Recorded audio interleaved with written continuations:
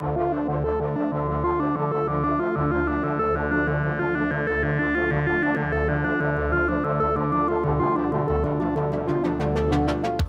merci de m'avoir invité à cette soirée qui était initialement prévue sur le dépérissement, les problématiques de mort au vignoble.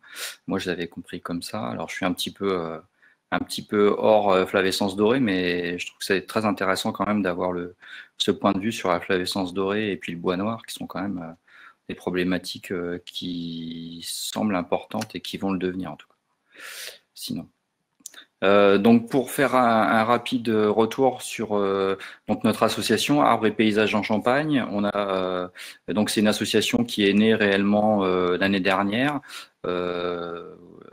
et qui commence à prendre de l'essor en Champagne parce qu'il y a beaucoup de viticulteurs qui remettent en question un peu leur façon de cultiver la vigne ici. Donc Delphine Rousseau est la directrice de notre association et on a dans le bureau, donc moi-même je suis secrétaire de l'association, Jérôme Courget en est le président, Benoît Déhu, vigneron à Fossois, est le trésorier, notre vice-président est Michel Beauchamp et vice-secrétaire Fabien Pirat. Voilà, pour faire rapidement. Et moi, donc, en tant que secrétaire, donc, je suis fils de viticulteur. J'ai un doctorat en biochimie végétale sur les interactions plantes pathogènes, vigne botrytis. Et voilà, donc j'ai travaillé sur l'œnologie. Et donc, en 2018, j'ai créé mon activité Alternativity pour faire du conseil de la formation en viticulture alternative. Et puis aussi un petit peu sur le jardinage au naturel, voilà, avec des ateliers et des formations. Voilà, pour dresser le tableau. Pour commencer, moi j'aime bien commencer en général mes formations et des conférences pour vraiment redéfinir ce que c'est que la biodiversité. Donc d'après Larousse, c'est une diversité des espèces vivantes, leur caractère génétique. Wikipédia a une définition qui est un petit peu plus trapue et que je préfère aussi. Donc elle va considérer la diversité des écosystèmes, des espèces et des gènes dans l'espace et dans le temps, ainsi que les interactions au sein de ces niveaux d'organisation entre eux. Voilà, c'est un terme qui est apparu en 88 sous la plume de Wilson et Peter. Il s'agissait d'emblée d'armer l'opinion sur une richesse qui était en péril déjà dans les années 80, et une source de valeur inestimable et menacée. Et puis, j'aime bien également citer la biodiversité à préserver, mais surtout à construire, hein, de Alain Canet, que vous connaissez peut-être. Alors, je vais essayer de faire quelque chose d'assez simple à comprendre, mais ça reste très complexe de vraiment avoir une bonne appréhension de la biodiversité et des avantages écosystémiques. Alors, l'avantage écosystémique, ça va être un avantage qu'on va pouvoir tirer de notre écosystème, un avantage pour l'homme au niveau de la culture, de manière à utiliser moins de produits chimiques, par exemple. Ça peut être ça, un avantage écosystémique. Donc, un cas concret, donc je l'ai repris j'ai pris un cas qui va, je pense, parler à tout le monde. On a des pucerons sur le rosier de grand-mère, début juillet et fin août. On a cette problématique-là à régler. OK. Donc, il y a plusieurs solutions face à cette problématique-là. Soit on va pulvériser un produit, acheter ou fabriquer, voilà, comme on veut, début juillet et fin août. Voilà. Soit on achète des coccinelles, parce qu'on ne veut pas mettre de produits dans son jardin, en juillet et en août, et on les met sur les pucerons. Et une fois qu'on a mis donc nos coccinelles ou nos larves de coccinelles, une fois qu'elles ont mangé ces pucerons-là, elles s'en vont. Voilà. Ça, c'est la deuxième solution. Et la troisième solution, c'est se mettre en situation de faire appel à la biodiversité et leur avantage écosystémique. Et alors ça, c'est quelque chose d'un petit peu plus compliqué. Alors, si vous choisissez de faire ça, donc dans votre jardin, il va falloir faire un petit état des lieux. Est-ce que vous avez juste une pelouse et un rosier? Alors là, dans ce cas-là, la biodiversité, elle est quand même assez limitée. Et alors, il y a de grandes chances que ça ne fonctionne pas, quoi, que vous n'ayez pas d'avantage écosystémique dans votre jardin, parce que la biodiversité ne va pas être présente. Alors, dans ce cas-là, vous vous dites, bon, ben, j'ai mon rosier, mais je vais aussi y mettre d'autres plantes. Et alors là, vous vous dites, bah, tiens, je vais semer des fèves, par exemple, dans mon jardin.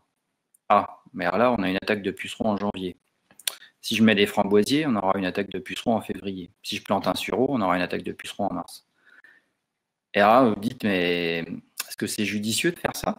C'est assez contre-intuitif, en fait. Hein. On est un peu à l'inverse de la pensée, j'ai marqué agricole actuelle ou commune, mais c'était pour que ça marque les esprits, hein, souvent. Insultez pas par la suite pour ça, mais c'est les dates que j'ai données, hein, pour les attaques de pucerons, elles sont approximatives, mais c'est à peu près ça, hein, quand même. Il y a une chronologie, en fait, au niveau des plantes et des attaques de pucerons. Hein. Tout n'arrive pas en même temps. Donc c'est assez contre-intuitif de se dire, ah ben, on va mettre plein de plantes différentes qui vont attirer les pucerons régulièrement dans mon jardin, parce qu'ils vont finir sur le rosier de grand-mère. Mais si on s'intéresse aux besoins et au cycle de développement de la coccinelle, on se rend compte que la coccinelle, quand même, c'est assez surprenant, mais elle a les mêmes besoins que nous pour survivre. Donc elle a besoin d'une maison. La maison, ça peut être... alors là, j'ai mis un arbre et son écorce pour l'hiver, mais ça peut être aussi un tas de bois, hein, pour qu'elle y passe l'hiver. Il faut pas que le milieu soit nocif. Il ne faut pas qu'on s'amuse à balancer régulièrement des insecticides ou des composés toxiques dans son jardin, parce que la coccinelle, elle ne va pas trop aimer ça, hein, pour le développement. Pour son développement, ça ne va pas être bénéfique. Il va lui falloir à boire, donc de préférence, il faudrait que vous ayez un bassin, une mare ou quelque chose comme ça, ou pas loin en tout cas. Hein. Si ce n'est pas chez vous, il faut que ça soit chez votre voisin, mais à quelques mètres, quoi. Et puis, il va lui falloir à manger. Mais à manger, c'est un peu comme nous, quoi. Il n'en faut pas juste 2 mois par an. Donc, il lui faut à manger un peu tout le temps. Donc, dans l'idée, pour pouvoir faire appel à la biodiversité et les avantages écosystémiques, et pour avoir l'aide ne seulement que des coccinelles, il me faut en réalité des fèves, plus des framboisiers, plus un sureau, plus des fruitiers, plus le rosier de grand-mère et plus d'autres choses, quoi. Hein, et aussi le point d'eau et puis pas de produits nocifs. Voilà, de cette façon-là, les coccinelles, elles auront le gîte et le couvert sur place et elles pourront rester dans le jardin comme ça toute l'année. Hein, elles n'iront pas voir ailleurs, quoi.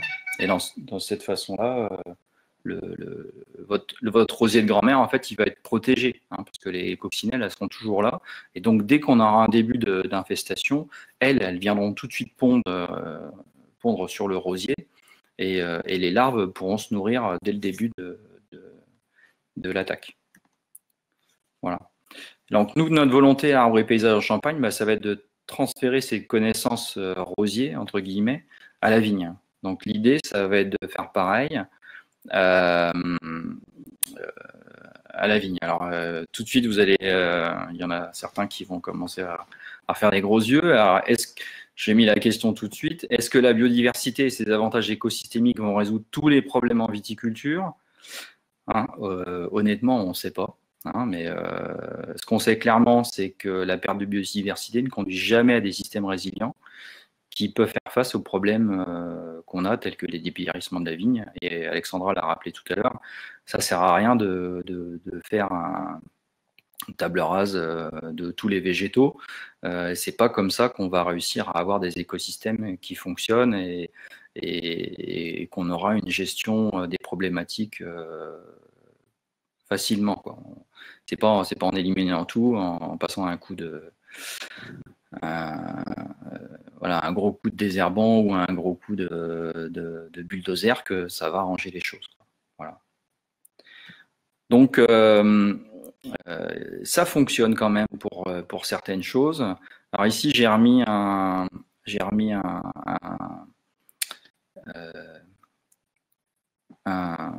petit interview de Noël Lassus, qui est vigneron dans le Gers, et qui fait partie d'une commission environnement. En fait, il a découvert l'agroécologie donc, et les avantages écosystémiques suite à une grosse attaque de vers de la grappe dans une parcelle touchée.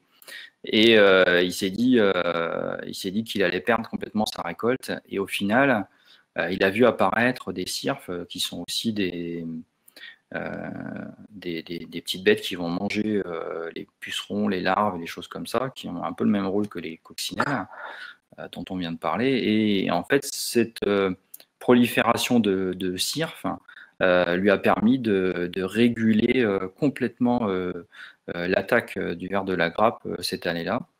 Et ça lui a permis de sauver sa récolte. Voilà. Et c'est comme ça en fait que ça lui vraiment l'a conforté pour aller dans un écosystème vraiment varié et faire appel à la biodiversité pour voilà, pour s'aider pour les cas de dépérissement ou les choses comme ça. Type de maladie. Donc en Champagne, la vigne, elle va dépérir donc à cause des insectes et des maladies. Donc on vient de le voir avec Alexandra et Nicolas. Et on peut aussi dire que la vigne, elle dépérit aussi de temps à autre à cause du changement climatique et des sécheresses. Hein. Ici, une info du CIVC qui date de 2019. Je pense qu'on avait à peu près la même chose l'année dernière. Au 2 juillet, les communes d'Ailly et de Sillery étaient déjà en stress hydrique. Donc tout ça, ça ne peut pas aider en fait la vigne à fonctionner correctement. À partir du moment où la vigne va avoir un manque d'eau dans les sols, on aura aussi une problématique d'absorption d'azote par exemple ou de sels minéraux. Voilà, donc ça ne peut pas fonctionner correctement. Et puis on a aussi un mauvais fonctionnement ou un mauvais état du sol et des racines. Donc on le voit ici sur les photos, on a des vignes qui sont dans le vignoble, qui sont en souffrance pour des raisons diverses et variées. Ici, sur la première, on avait donc on est plutôt en bordure de grands arbres, donc ça va faire une concurrence assez forte, mais on a aussi au milieu là des vignes, la photo du milieu et la photo de droite, c'est des vignes qui sont l'une contre l'autre et qui n'ont aucune concurrence, et la seule différence c'est qu'on change de propriétaire de l'une à l'autre. Hein. Entre la vigne jaune est en train de mourir avec les feuilles rouges et puis la vigne bien verte à côté, c'est juste un changement de propriétaire. Voilà. En Champagne, donc il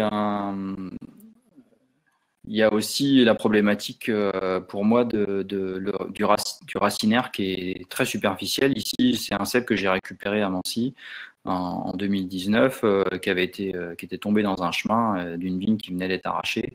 Et on se rend compte que le pied, il a été correctement planté, mais le racinaire initial qui était au bout du pied n'avait pas de racines qui dépassaient les 2-3 mm, quoi, hein. On avait, au mieux on avait 3 mm, et les grosses racines en fait sont reparties à 15 cm sous la surface. Voilà. Et alors ça, c'est pour moi la grosse problématique du vignoble en Champagne. Hein. Ce n'est pas le seul exemple que je vois comme ça, j'en ai déjà vu dans d'autres parcelles, où les vignes souffraient énormément de maladies comme l'oïdium par exemple, où on a un racinaire qui est à 15 cm de profondeur et qui reste à l'horizontale.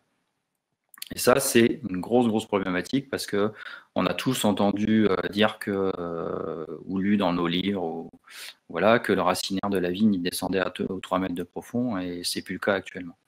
Et ça, pour moi, c'est vraiment un gros problème. Voilà. Une autre indication des problèmes de fonctionnement de nos sols, c'est les plantes, les adventices qui vont nous l'indiquer. Donc, adventices sont aussi des plantes bio-indicatrices qui vont permettre de diagnostiquer le fonctionnement des sols.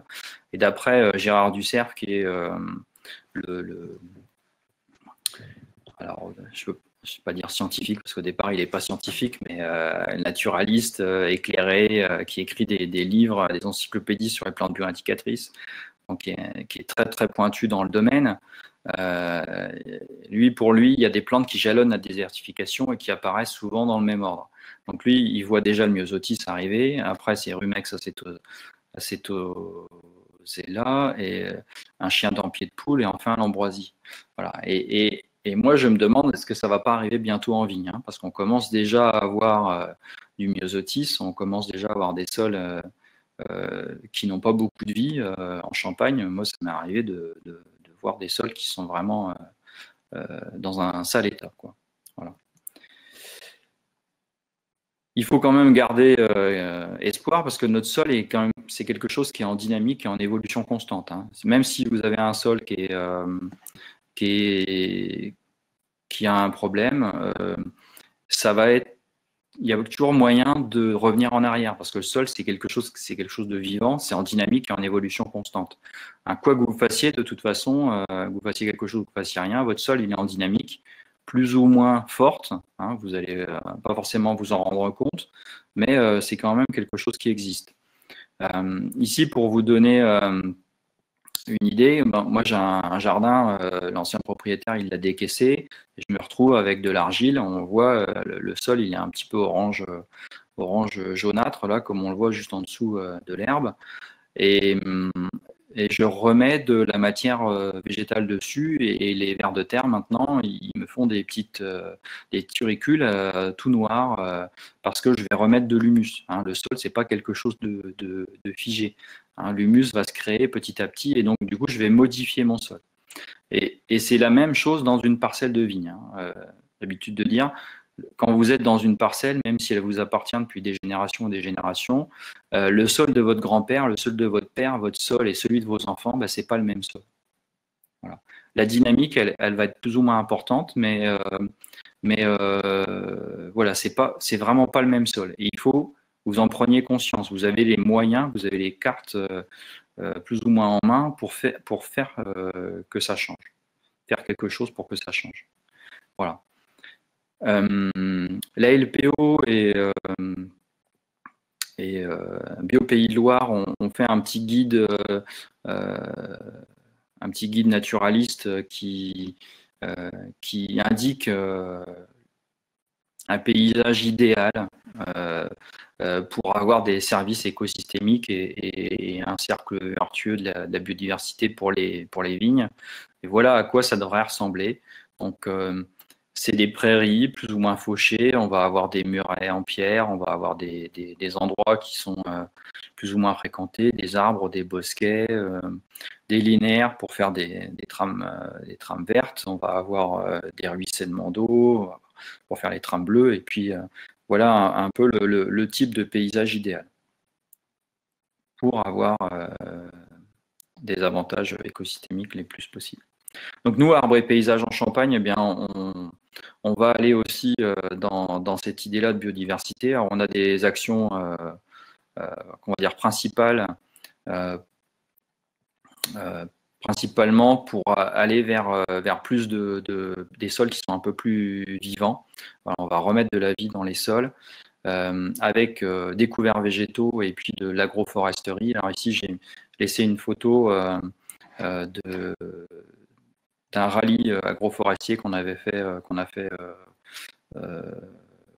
l'an passé, quand on avait le droit de sortir.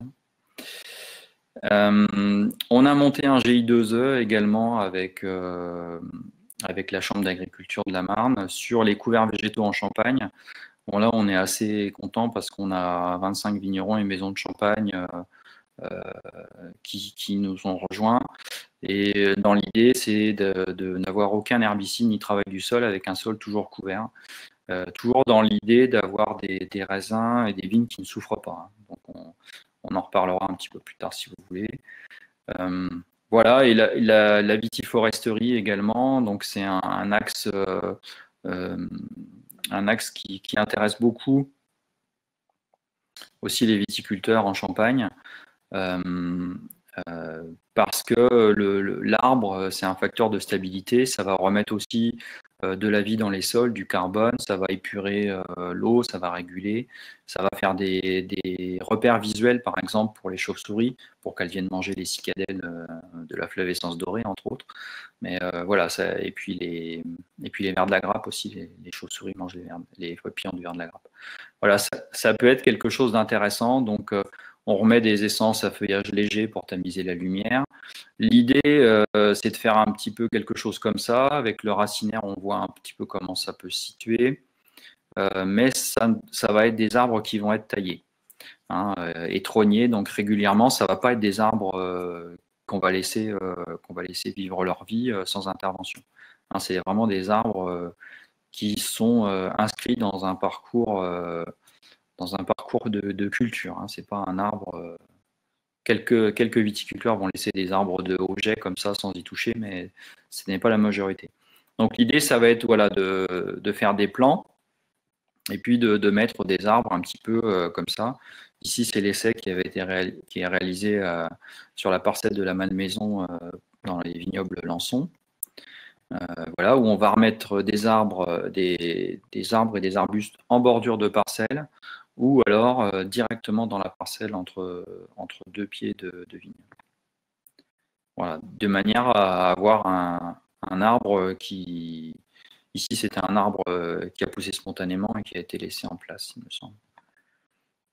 Voilà, donc il y a quelques viticulteurs en Champagne qui ont laissé naturellement pousser des arbres dans leur parcelle. Voici un exemple de parcelle qui contient ces arbres-là. Et sinon, dans cette idée de vitiforesterie, ici, le viticulteur, donc c'est Benoît Déhu, notre trésorier, il a arraché un rang de vigne, parce que lui, il est en bio et son voisin est en conventionnel, et il a un canon qui balaye et qui sulfate ses vignes. Donc il a arraché un rang de vigne et puis il va remettre une haie pour le protéger des rejets de produits dans ses parcelles de vigne. Voilà, un petit retour sur le rallye agroforesterie qu'on avait réalisé l'année dernière avec Grand Reims.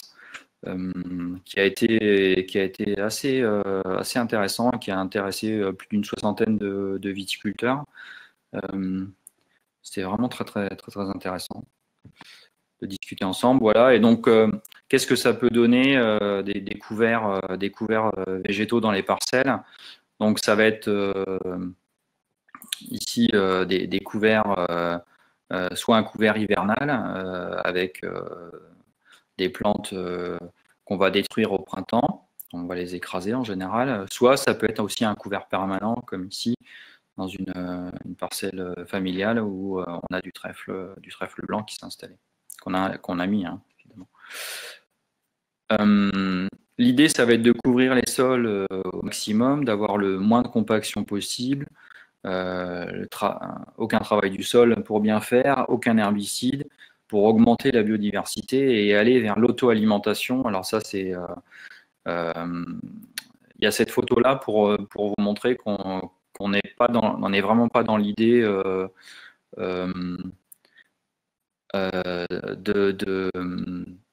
on n'est pas dans l'idée d'avoir des vignes qui ont des carences. Ici, la parcelle, elle a été semée avec de la févrole, qui est une légumineuse, et donc qui va restituer de l'azote au sol. Voilà, donc concrètement, comment on démarre? Donc, ça, c'est le planning un peu type des couverts hivernaux. On va semer en septembre ou début octobre. Le couvert va faiblement grandir, croître jusqu'à 15-20 mars. Donc on est à 30 cm maximal. Donc du coup, on a quand même le temps de tailler et de lier avant qu'on ait vraiment une grosse production végétale. Et c'est entre avril et mai que là, la végétation va commencer le couvert hivernal va vraiment prendre son ampleur. Voilà l'idée. Et puis ensuite, on va détruire le couvert idéalement fin mai et on n'aura pas à retravailler le sol de l'année et on n'aura pas à faire appel à un herbicide. Donc voilà le mélange qu'on a utilisé cette année à Arbres et Paysages en Champagne. Voilà, donc je vais passer assez rapidement parce qu'il est déjà assez tard. Donc concrètement, ben voilà, on a des tracteurs qui sont modifiés et qui ont des semoirs qui sont bricolés ou qui commencent à être faits parce que bon, jusqu'à présent, il n'y avait personne qui voulait semer dans les parcelles de vignes. Donc, il y a des semoirs voilà, qui sont essayés par différents membres de l'association d'Arbres et Paysages en Champagne. L'idéal, c'est voilà, d'avoir quelque chose semé comme ça avec des sillons. Et puis, au fur et à mesure, en fait, la végétation prend place et grandit et en début d'automne. Donc, un exemple concret, ici en mars 2020 à Pouillon, chez Vincent Culier. Donc, vous voyez, le 2 mars, on a vraiment quelque chose qui est assez petit. Ça pose aucun souci pour les travaux de la vigne, hein, parce que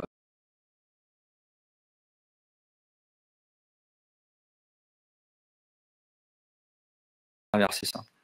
Par contre, le 26 avril, on a une végétation voilà, qui va dépasser la vigne assez fortement. L'idée, c'est d'avoir une couverture, comme on le voit sur la photo du bas, c'est d'avoir la vigne complètement recouverte et dépassée par la végétation avant les seins de glace, de manière à ce que le point de rosée en fait soit en surface et protège la vigne entièrement des gelées des seins de glace, voilà, qui peuvent arriver pendant les seins de glace. Et là, ça fonctionne assez bien avec différents mélanges. Il y en a qui arrivent avec des facélies, par exemple. Moi, j'ai un viticulteur qui m'avait indiqué qu'il avait sauvé sa vigne comme ça en mettant un couvert hivernal de facélie. Et lors d'une gelée de printemps qui avait parcouru le coteau, sa vigne avait été la seule qui avait été protégée en fait de la gelée printanière. Voilà, le 26 mai, on a des vignes qui atteignent les 1,20 m, 1,50 m. Le 6 mai, pardon. Et le 26 mai, voilà, ici Jérôme Courget, qui est notre président, qui a des vignes qui dépassent, qui peuvent dépasser les 1,80 m et ça monte même jusqu'à 2,05 m. Jérôme, si c'est toi dans le chat, là, n'hésite pas à intervenir si je raconte des bêtises. Donc voilà l'exemple concret. Le 27 mai, ici, on l'a écrasé à l'aide de l'orbis et d'un rouleau faca. Et ça a fait un paillage qui est resté pendant tout l'été dans la vigne et qui n'a pas posé de soucis de stress hydrique ou de stress azoté ou quelque chose, voilà, quoi que ce soit.